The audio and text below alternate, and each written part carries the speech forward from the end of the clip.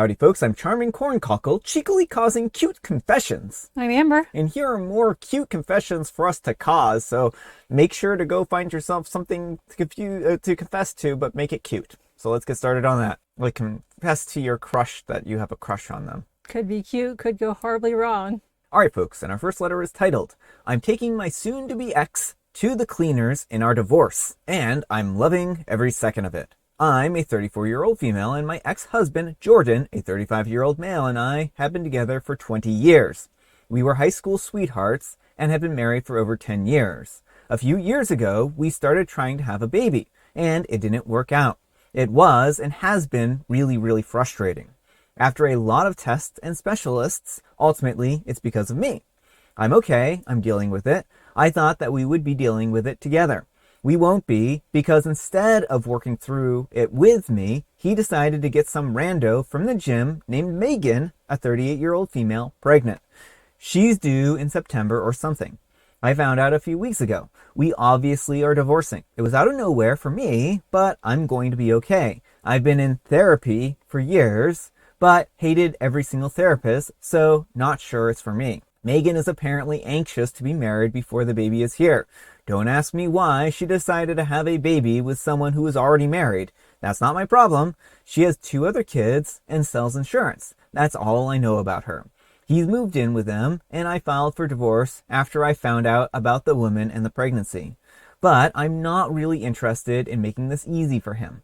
And they don't like this. Maybe I'm bitter, but honestly, I think that I'm just getting what I deserve. I'm in a fellowship now, but keeping it vague, I was in medical school and my residency for the past several years, while he was working a good job. In addition to my schooling and residency/internship, I've always been the main homemaker. My dad is paying for my lawyer, and I told them both that I'm not in any hurry. I'm not the pregnant one, but I think that I deserve alimony for everything that I've done to help him build his career. He makes really good money now, and I'm sure that I will too one day. But I don't now. And all the laws in our state say that he owes me alimony. So I told my lawyer that I won't budge on it, and my dad agrees. Jordan and Megan are losing their minds, though. I have them blocked now because of all the hateful messages that they've been sending me. The weird thing is that I know I seem bitter for doing this, but it's not even that. It's not even hate. I am just looking at him and the last 20 years, and I'm embarrassed for wasting so much time on him. And I think that I deserve something for that. I also want the house. I put the down payment on it from the money from my grandmother, and I put blood, sweat, and tears into it. I've also paid into the mortgage. I'm not discounting anything that he's done, but I don't care. So this is where we're at. I have told him that I will sign the papers tomorrow if he agrees with what I want, which honestly, it's what I deserve. If he wants to drag it out, we'll see if he can get away with giving me less, his choice. He's apparently pretty good at making big decisions. Well, everyone keeps saying, oh, remember the good years together. You still have some love for him, don't you? Well, no. Sure, I'm not a monster. I'm not going to go around and tell everyone his deepest secrets and fears. But I'm also not going to go gently into that good night. And I know this is Reddit, so people aren't going to be on the side of the cheater anyways. It's real life that people don't see it as so black and white. So letting this off my chest to people that get it. People might think that I'm bitter, maybe I am, but no, you don't get to abandon me and then go and start a new life with some gym rat just because things got tough. Well, you do get to, but it's going to cost you. I don't care if he needs money for the baby, he can always make more. I can't get the last 20 years back. All right, folks, what do you think? Good for OP. Hold out for what you're worth. I mean, I think there's some level of complication here, of course, like, in the respect that OP should be able to be entitled to what she wants, and he should be entitled to what he needs to, or what his half is from the divorce proceedings.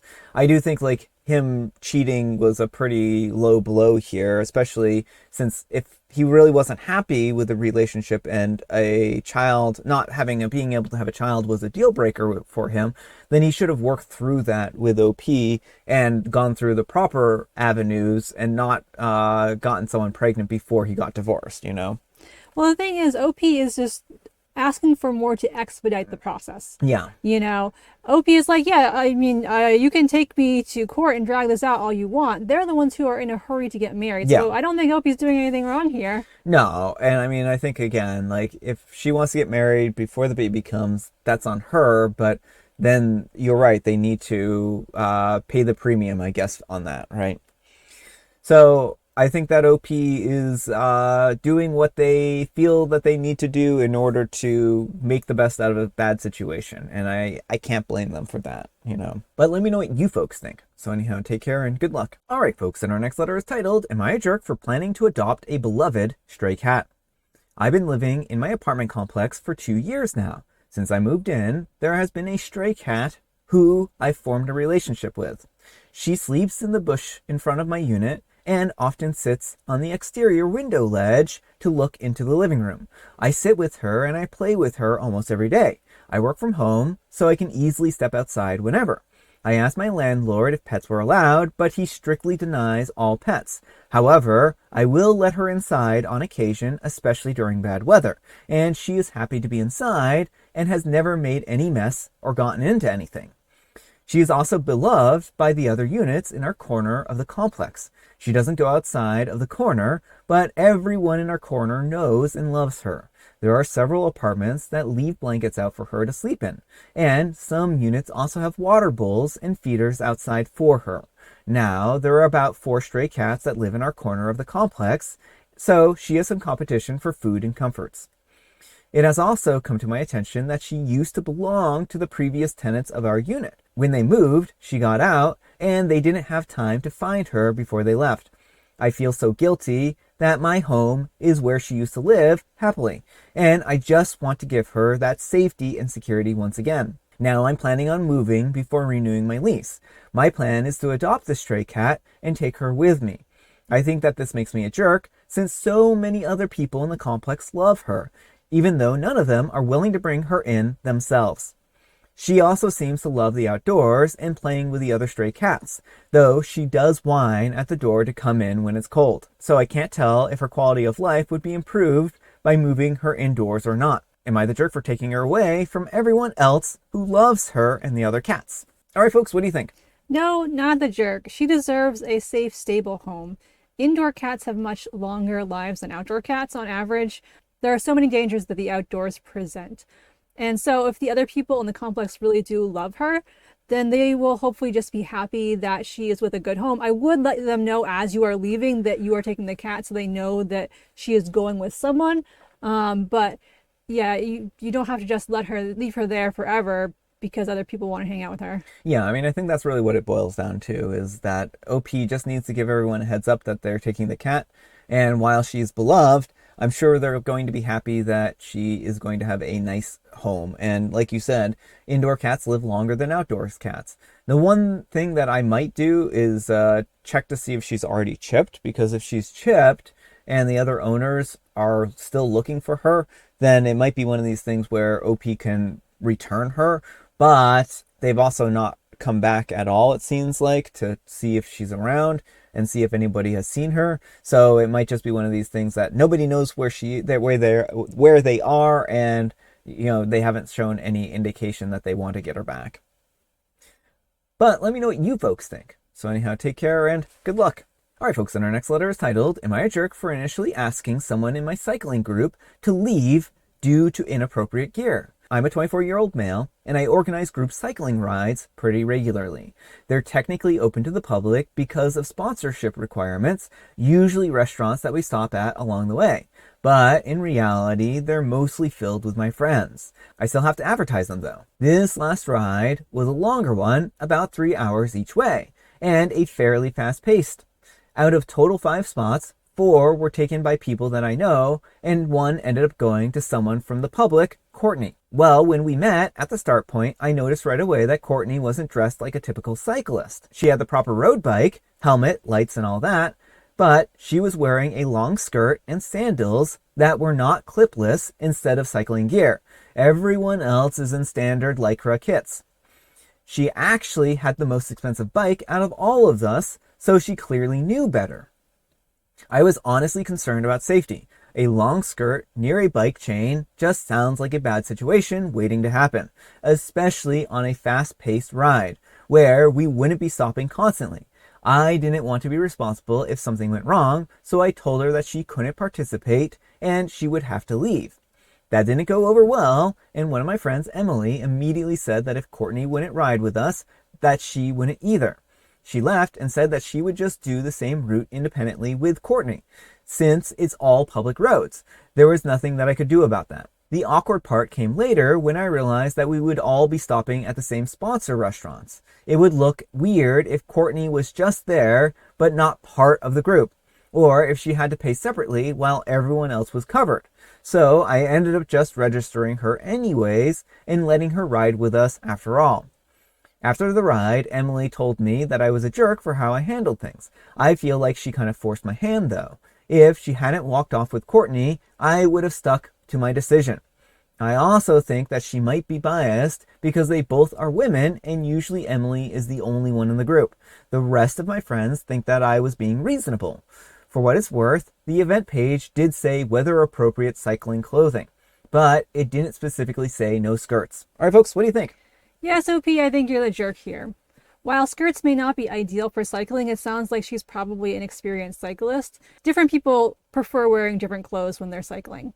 But I think the important thing here is she's a grown adult. If she were to fall off her bike or something like that, it's on her to handle it. You know, this isn't like you're chaperoning a group of kids, you know, where you're actually the one in charge. Like, hopefully if someone got hurt, you would be able to like call for help or something like that. But these are all grown adults who can look after themselves. And I think you have to assume that they know themselves and their comfort levels best. Yeah, I mean, I think that OP was being too much of a babysitter here.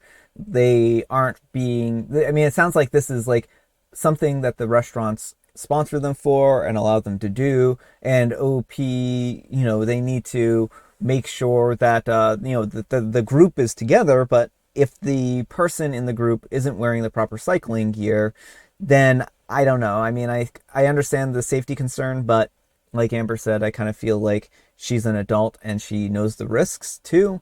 And I think that OP can preface this by saying, well, if you get injured or something like that, you can't hold us liable or anything like that, right? Yeah, well, and I think the part that especially pushes him into jerk territory is that as soon as his sponsorship might come into jeopardy, that's when he changed gears. If he had held fast and been like, I will not bring an unsafe rider, I would still feel like he was a jerk, but he's at least morally consistent. Yeah. But I think being like, oh, well, I guess I have to let you so we don't risk our sponsorship. Yeah. That feels like kind of scummy to me. That right there, I think that's really nailing what my discomfort with the situation is, just that he kind of feels like he isn't morally consistent in that regard, you know? Like, it seems like he makes it public to get these like sponsored meals, but he really just wants it to be his crew. Yeah, but let me know what you folks think. So anyhow, take care and good luck.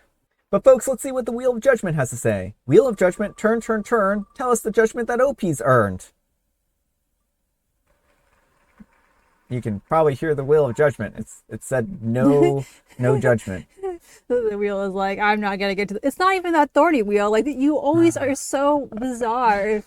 You'll be like, absolutely the jerk, when it's like, am I the jerk for sitting on a couch in my own home? Yeah. But no, here it's like, oh, I'm not gonna give you judgment. Yeah. I mean, bike riding, wheels, maybe the wheel is afraid of being turned into a bike wheel. That's a good point. All right, folks, and our next letter is titled, Today I messed up by accidentally making my dentist think that I named my baby after him. This happened yesterday, and I've been replaying it in my head every 11 minutes. So I'm a 29-year-old female, and I had a dentist appointment for the first time in almost 2 years. Not because I'm anti-dentist or anything, I just kept rescheduling it because life got busy, and then it became one of those shame tasks where the longer you avoid it, the more impossible it feels to do. Well, anyways, I finally went. My dentist is this very nice guy named Dr. Martin, and he's been my dentist since I was a teenager, and he has always been extremely calm and polite. The kind of man who says little pinch before doing something that is absolutely not a little pinch. Important context, I had a baby last year. His name is Martin, not because of the dentist. My husband's grandfather was named Martin, and we both love the name. Normally family name situation, completely unrelated to teeth. So I'm in the chair wearing this little paper bib, trying to act like a grown adult while the hygienist scrapes my soul through my gums. She is making small talk and asks if anything changed since my last visit. I said, yeah, I had a baby. She does the whole sweet reaction and asks what his name was, and I say Martin. She pauses, not long, just enough. Then she smiles and says, oh wow, Dr. Martin is going to love that. And I immediately realized how this sounds. I laughed and said, oh no, it's not because of him, which in hindsight is one of the worst sentences I could have chosen, because now it sounds like I had considered naming my child after my dentist and wanted to clarify that I did not. She laughed and politely said, of course. But it was not an of course, it was a dental office of course. Well, a few minutes later, Dr. Martin walks in. The hygienist, because apparently chaos is included in the cleaning, says, guess what she named her baby? I wanted the chair to recline all the way into the earth. Dr. Martin looks at me, smiling, and says, oh? And I could have just said a family name immediately. I could have just been normal. Instead, because my mouth was dry and my brain was offline, I said Martin, but not after you. Silence. Just complete silence, except for the tiny sink gurgling next to my face.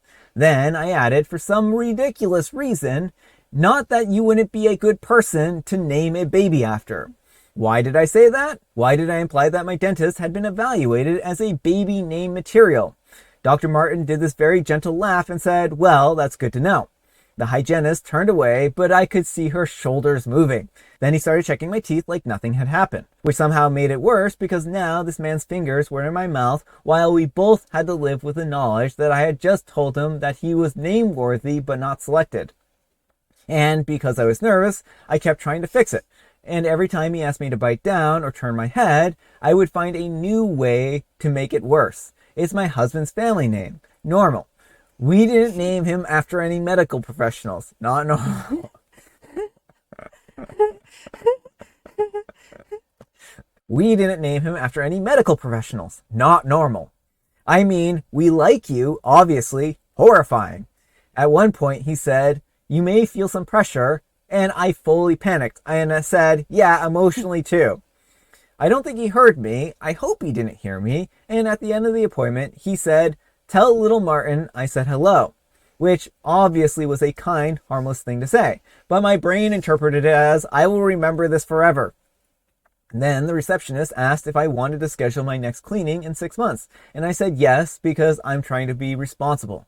But now I have 6 months to decide if I need to switch dentists or bring my child in and somehow prove that he was named after a dead relative and not the man who does my fillings. All right, folks, what do you think? I mean, I think you're overthinking this, OP. I understand the anxiety spiral. Like, this feels very relatable. But all in all, Dr. Martin, it's just going to be like a funny story, and that's it at the end of the day. I'm sure he's not convinced you were secretly evaluating him for baby names or something like that. I mean, OP could have just, like, doubled down and been like, I named them after the dentist. I named him after Dr. Martin. That's why he's named Martin. See, that would have been much creepier. Like, I mean, I feel like, oh, yeah. When Opie starts going, like, we didn't name him after any medical professional, like, dentist is probably going, like, okay, like, this is hilarious. Yeah. I mean, I feel bad for OP in the embarrassment sense, but I think that this will hopefully not be something that is that big of a deal. It's a funny story. It's a funny story. You don't have to change dentists. I'm sure Dr. Martin will be fine and will just ask you how little Martin is doing, and you can just keep going on like normal, and you do not have to clarify that, like, bring in like an ancestral photo book and be like, this is the guy he was named after. But let me know what you folks think. So anyhow, take care and good luck. All right, folks, it is tea time. Grab your beverages of choice. I've got some tea right here, and Amber, she has a joke. What did the astronaut... Oh, no, wait, I read that one already. What does a piece of bread wear to bed? Oh, it wears a crust to bed. Jammies. Oh. Well, that makes much more sense than a crust. And, folks, it's a... Oh, and I have a special guest tea, some matcha. And it is a special day today. It is Bookmark Day. Oh, go find yourself a bookmark. Yeah, so this one says Cats Against Catcalls. It's from the Humane Confidential Resource Advisor thingy. And It's from the Humane Confidential Resource Advisor. I was at Take Back the Night with Partners for Peace, and my mom saw cats and growled too and handed one to me. So find yourself a bookmark, but not a cat call.